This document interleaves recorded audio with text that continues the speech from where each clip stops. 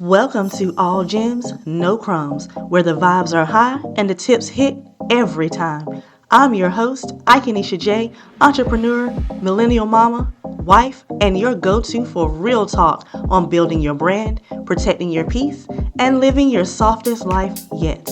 Each week, I'm dropping gems to help you level up in business, mindset, self-care, and everything in between without the fluff, pressure, or burnout. No crumbs, just gems.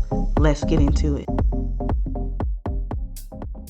Hey, hey, hey, jewelers. It's your girl, Ikenisha, and I am back with another episode of All Gems No Crumbs. And I need to ask you something. Have you ever caught yourself grinding, hustling hard, putting in those 12, 14, 10, 16-hour days, but somehow you still feel stuck? Like you're on a treadmill, running hard, but not really moving forward? Yes, same here. I've been there. So today, we are calling out hustle culture for what it really is and diving deep into what flow means for your business and your sanity. Because, girl, hustle without flow, that's exhaustion with zero progress, and we ain't got time for that. So, I'm going to help you spot when you're stuck in hustle mode and why flow is a game changer and give you the real deal strategies to create steady, productive, energized rhythm that we all need to thrive. All right, let's get to it. I don't know why I said it like that. Whatever. Okay. All right, so let's define some things. So, hustle culture, if you're not familiar, is that nonstop grind. It's the go, go, go, go, go mindset where every waking moment feels like it needs to be dedicated to work. It's about pushing, forcing, and often burning the candle at both ends, quite frankly. And you're constantly chasing the next milestone. And then you end up finding yourself feeling guilty if you're not on 24/7. Now, flow is different, complete opposite. Flow is that steady, aligned, energized, productive rhythm. Just think of a nice, steady river, okay? It's when you're deeply engaged in your work, time seems to melt away, and you feel a sense of effortless productivity. And I love those moments. I love them. It's working with your energy, not against it. It's about being efficient and impactful, not just busy. Why is hustle alone not sustainable or healthy long term? Because your body, mind, and spirit are not machines, y'all.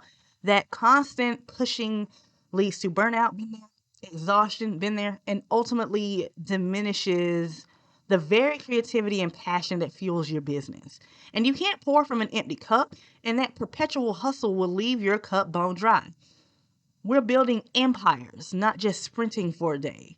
And empires need sustainable foundations. And that's one thing that I used to say a lot. There's a quote that I used to post on my Instagram all the time years ago, and it says, I'm not teaching you a side hustle. I'm teaching you how to build a business. There is a difference, okay? Keep that in mind. So, how do you know if you're caught in the hustle trap?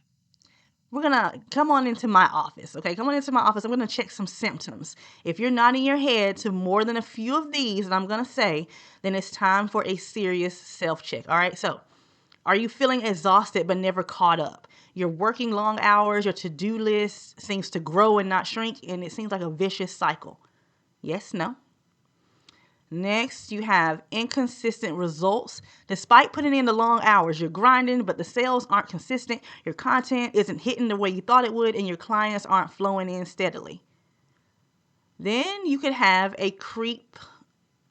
what do we call it? A creeping lack of joy or passion. Remember why you started your business? If it's starting to feel like a chore, because this happens to me, this is how I describe it. If it's starting to feel like a chore or like something you have to do or you're obligated to do rather than what you want to do, that's a huge red flag. And we're going to talk about that a little bit later because that's what happens to me. And then you also could have burnout symptoms. And this is a big one. We're talking like anxiety, constant overwhelm, irritability, that happens to me, trouble sleeping, happens to me, or even physical manifestations like headaches. And that was a big one for me, was the headaches. Your body is screaming for a break. And these are all the signs that you're just busy and not necessarily productive, and certainly not operating in the state of flow. Okay.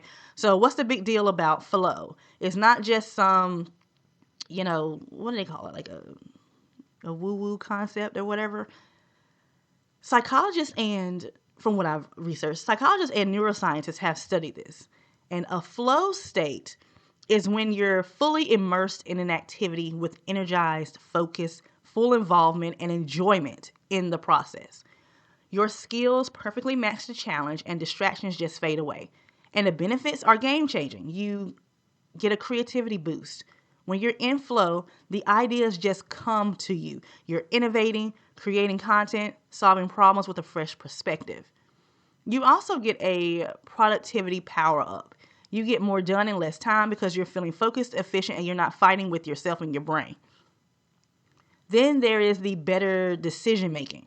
With a clear mind and less overwhelm, you make smarter and more aligned choices for your business. And alignment is a big one, y'all. I'm telling you. There have been so many times where I've just made decisions just because of what's going on with me. Whereas when I sit down and I'm focused and I really think about it and I figure out what do I truly need to do that is lined up with whether it's my slogan, what I want for my business, my mission, those sort of things. And then you also get an increased happiness and satisfaction. Your work feels fulfilling. It doesn't feel draining. This impacts your whole life, not just your business. And flow is truly about working smarter, not harder. I preach that all the time. You have to work smarter. Hard work does not equate to success. Okay? People tend to think that, but you can find people who work 50 hours a week at their job and they're good at it, but it doesn't necessarily mean success, right? Like they could still be stuck in that same position and no promotion. But you also have some people who don't really want a promotion, so you have to, two sides of the same coin. But again, keep that in mind. Hard work does not necessarily equal success. And you have to think, it's about creating a business that feels good to run. And the goodness translates into better results and a healthier you. So now let's get into the how-to. How do you actually cultivate this elusive flow in your day-to-day business? Well, it starts with creating flow-friendly routines. That's what I wanted to call them, flow-friendly routines. So there are some things you can do. And this one that I know of, a lot of people do, including myself, and it is time blocking work and rest. So you literally schedule your work time, and just as importantly, you need to schedule your breaks, your walks, your lunch, whatever. And you need to treat them like non-negotiable appointments, period. Don't slack on it, don't change it, nothing. Plan it and keep it that way. The next thing is batching tasks to avoid multitasking. And multitasking, of course, can cause drainage.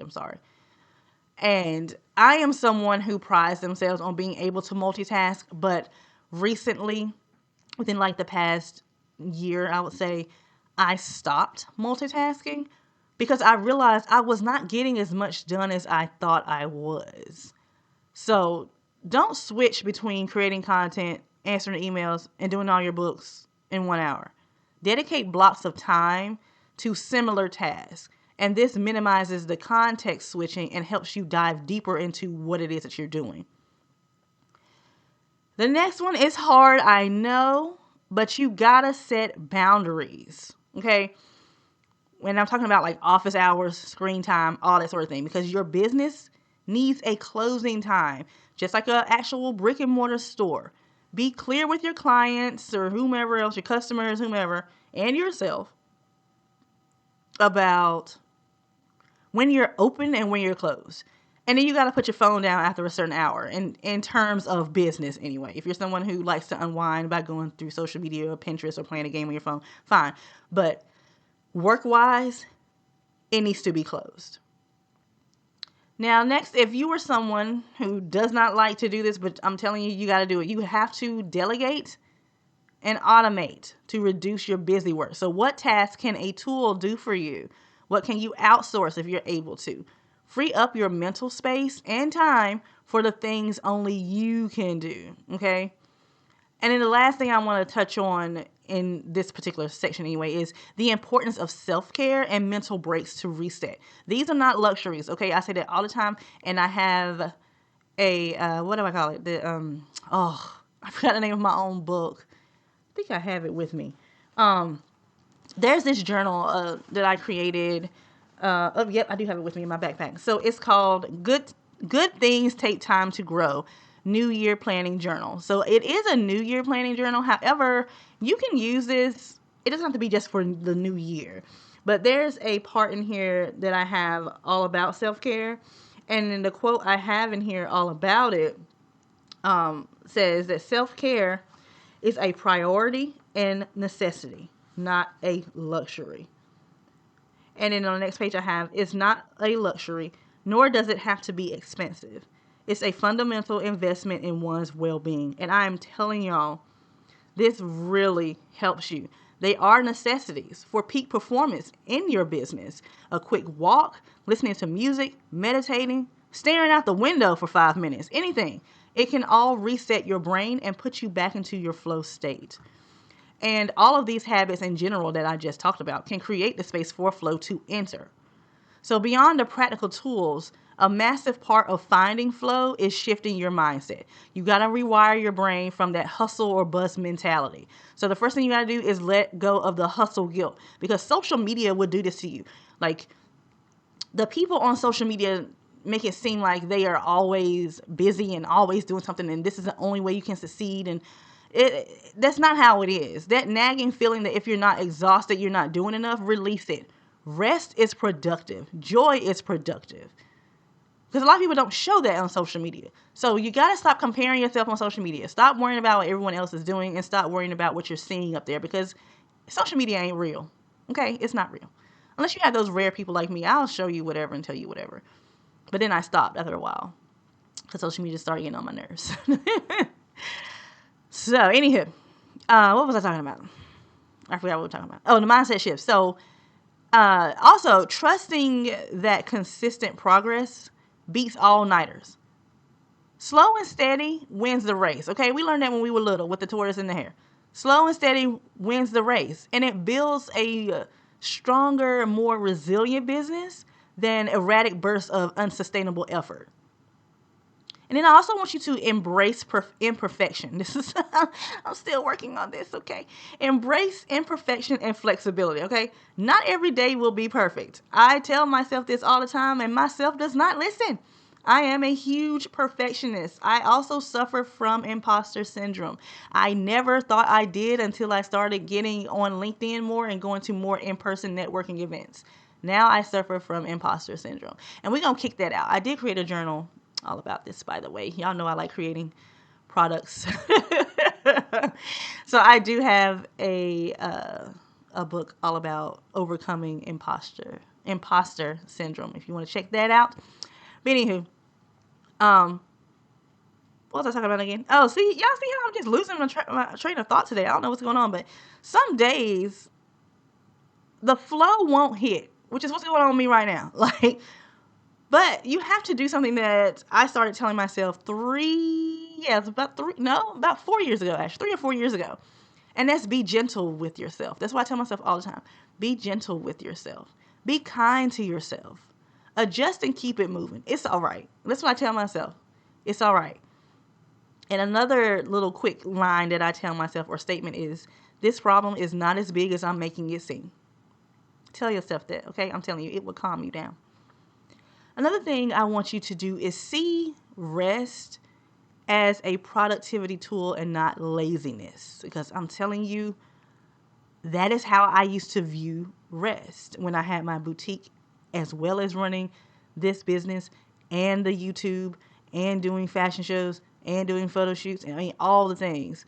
I felt like I was being lazy when I was resting.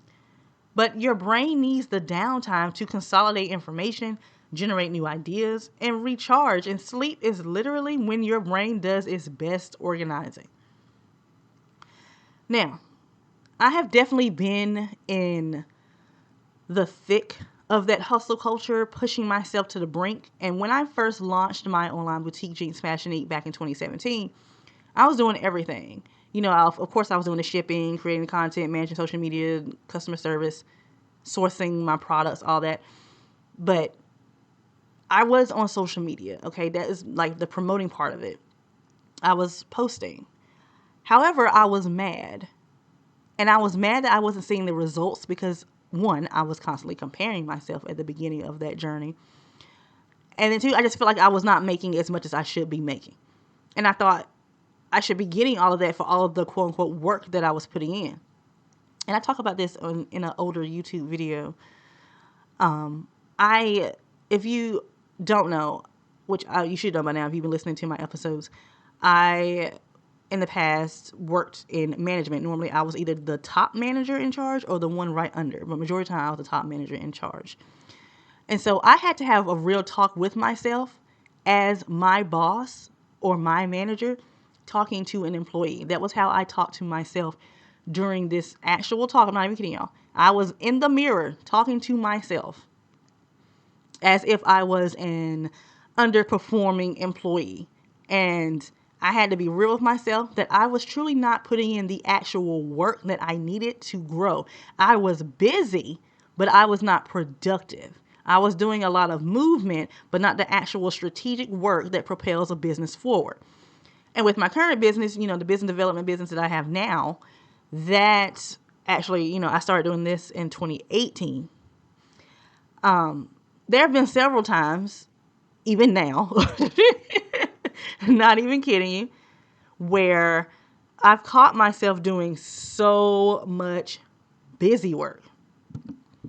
And I also suffer from shiny object syndrome. Okay? Like, really hard. So I'm constantly jumping to the next big idea. And it's hard because my mind goes 1,000 miles a minute. And I'm constantly coming up with new ideas. And I'll just stop whatever I'm doing. And I'll start doing something else. And that is one thing that has absolutely hindered my growth. But during those times, I have to, not just the imposter syndrome, shiny object syndrome, but just in general, whenever I know that I'm doing busy work and not being productive, I have to literally pause, catch myself, do a personal inventory, and I start asking myself, like, okay, what's most important right now? What needs to be done? What is just busy work and what will truly propel me down my path of success? And whenever what I'm doing starts to feel like a chore, like I was talking about earlier, I know that's my signal. Like, that's my sign that I'm creeping towards burnout. And believe me, burnout bleeds into every area of your life. I have been there. Your personal relationships, your peace of mind, everything suffers. And that feeling of work becoming a chore is my cue that I need to have a boss talk again with myself. Because the point of me becoming a full-time entrepreneur back in 2019 was the freedom of choice. And I talked about this before. It wasn't financial or anything like that. It was the freedom of choosing what I want to do whenever I want to do it. Okay. And all of this is what I talked about in my very first episode, is what led me to be off social media professionally for over a year. It just wasn't sustainable for my mindset, and I need to take a step back and find my rhythm. So my best flow friends are, again, time blocking. If it's not on my calendar, it's not happening. I write down everything. I know you can use your calendar in your phone, but I am someone who needs, I have to touch things. I have to touch the paper. I have to physically write it down, or I'm not going to remember it, or I'm not going to remember to look at it. So my calendars, I do have my phone one. I use it, but I favor my paper calendars or my book or my planners, whatever. And then next are my to-do lists. But for years now, I want to say since 2019, actually, I may have been 2018. I want to say it was 2018, actually, because I think I was still working. Yes, it was. It was when I was still working. So 2018, my to-do list changed, like my daily ones. I would not put more than 3 things on my daily to-do list. And this keeps me focused. My mind goes again at 1,000 miles a minute or hour. Well, it could be minute really.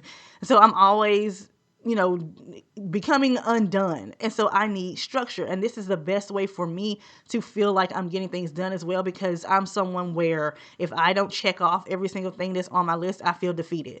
So in order to keep me from feeling defeated, I only have 3 tasks at the most every day. Next, I do have themed days. That's what I call it. I don't know what the actual name for it is. I don't know. But that's what I call it, themed days. So like, for example, all of my Sundays are for analyzing numbers and planning the week. Mondays are for me to create emails and my podcast scripts or episodes or figuring out what brainstorming, all of that. So emails and podcasts, that's on Mondays. But if I'm only doing emails and I feel like that's the only thing I need to do that day, then I will move the podcasting for another day. But this keeps me focused again on maybe 1 or 2 main tasks. And the big one with that is I never work on Saturdays unless it is absolutely positively necessary. That is my sacred space. That is my time to be with my kids and my husband whenever he's not working. So again, Saturdays, non-negotiable. I'm not doing nothing. So this type of structure that I have created, it allows me to get more work done and to focus more, especially when I have certain music playing in the background too. Like I love certain music. So I listen to a lot of fashion show house music, and I also listen to what's the name of this channel on YouTube? It's called Chill Music Lab. And they have different like I guess you call it songs or whatever. I don't know, compilations. And it's called like work music. I love listening to those. But anyway, it's about like all this is about knowing yourself and building your own system that serves your energy and not drains it. So you don't have to do with everything that I just said that I do, but that's just what works for me. So figure out what works for you and doesn't drain you. So beyond those big mindset shifts and routines, I want to give you some practical tools that you can use to support your flow. So, of course, planners, like I just said, a good planner will help you time block and map out your themed days. If you're someone who doesn't want to write them down, you don't have to have a physical planner. You can have a digital one. Okay, I know a lot of people use like Trello and Asana, and of course your actual calendar in your phone. Whatever, do whatever you need to do. Oh my God, I forgot one other thing. So I'm gonna talk about it here too. Is something that really helped me, especially when I needed to like schedule and create my social media posts. I use focus mode on my phone. I don't know what it's called on iPhones, but on my phone I have Samsung. I've had Samsung Galaxy phones for God knows how long. Um, so yeah, there's a mode up there called focus mode. So what it does is I can choose which apps can and cannot be opened during a certain time frame. And I think you can do that on your computer too, but you just do not disturb. So you can do your phone and do not disturb as well. But focus mode is what I use, and I actually renamed mine in my phone to work mode. So only certain people will be allowed to call me. Only certain people I can actually text or whatever. My games cannot be opened. If I'm strictly working on Instagram, then I can't open any other apps, but then I'll have a timer go off just to like remind me. Like, because, when you're on Instagram, you can go down a rabbit hole and you can start posting, and then you post or schedule your post. And then when you're waiting for it to, load or whatever, you'll see someone else's post. You know what I'm saying? And like, it just distracts you. So I have a timer that goes off every 15 minutes, and it's reminding me like, hey, get back to work, or are you working? You know what I'm saying? So do that. Use these features to protect your focus. Next thing I want you to do is, or you can use batching apps or content schedulers like Later or Planoly or whatever if you want to schedule your posts. But a lot of social media platforms now have it where you can schedule your posts in their app. I schedule my posts on Instagram in Instagram. I schedule my threads. I schedule, of course, my emails. I schedule YouTube. Like, everything is scheduled now. Like, I batch create my content on a certain themed day, and then I schedule posts. And next thing y'all already know that I'm going to talk about is using AI. This is a huge one for streamlining your content creation. Like, don't create every single caption from scratch. There's no need for you to do that now. Use AI to brainstorm, generate drafts of stuff, create quick visuals. It really frees up your mental energy for the creative strategy. And I have some people who say, well, I don't want to use AI because I know how to do this. Okay, great. But AI also helps you save time. Okay? Stop looking at it as something that's evil and taking over. It's not. It's not. Something else I want you all to do is at the end of your work day or end of your week or whatever, you need to do some journaling or some reflection prompts. Take 10 minutes to reflect. Where did I feel drained today? Where did I feel energized? What was a busy task versus a productive task? This helps you check your hustle versus flow balance. And then one other thing too, I keep saying one other thing, but stuff keeps popping up in my mind. This is something that I think a lot of people have problems with, especially people that I've talked to one-on-one.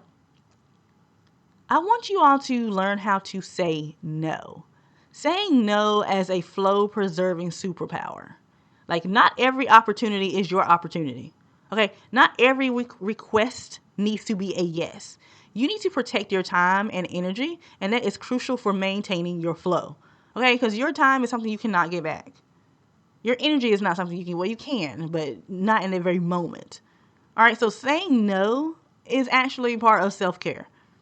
And don't get it twisted now. All this talk about flow isn't just about feeling good. It directly translates to better business results. So you get increased creativity and innovation. When your mind isn't bogged down by overwhelm, it's free to generate brilliant ideas for new products, marketing campaigns, client solutions, all of that. You then get better decision making. A rested, focused mind makes clearer choices, and you make fewer mistakes, and then you get more effective strategies. You also are building sustainable growth without burning out. You're creating a business that can run for the long haul, consistently bringing in revenue rather than experiencing a boom and bust cycle that's driven by exhaustion. Flow isn't just nice to have, it's a strategic advantage, I'm telling you. So, y'all already know I got to give you something to do. Here's your homework, your action steps, or whatever. I want you to truly reflect. Where are you hustling without flow? Be honest with yourself. Grab a journal, a notepad, piece of paper, whatever. And I want you to list 3 hustle habits that you're ready to let go of. Then I want you to write down 3 flow habits that you're committed to cultivating. Pick one small action from our talk today to implement this week to create more flow. It could be time blocking just one day, or it could be setting an official office hour boundary, or saying no to one non-essential task. Okay? Take that step. Take it for your business. Take it for your peace. And when you do, share your progress. Tag me on Instagram. Let me know. Email me. Anything. Y'all know I want to celebrate with you. All right, so that's all the gems I have for you today. And I want you to remember that the goal isn't to eliminate hustle entirely. Sometimes you do got to grind, okay? But the true mastery lies in balancing that hustle with sustainable flow.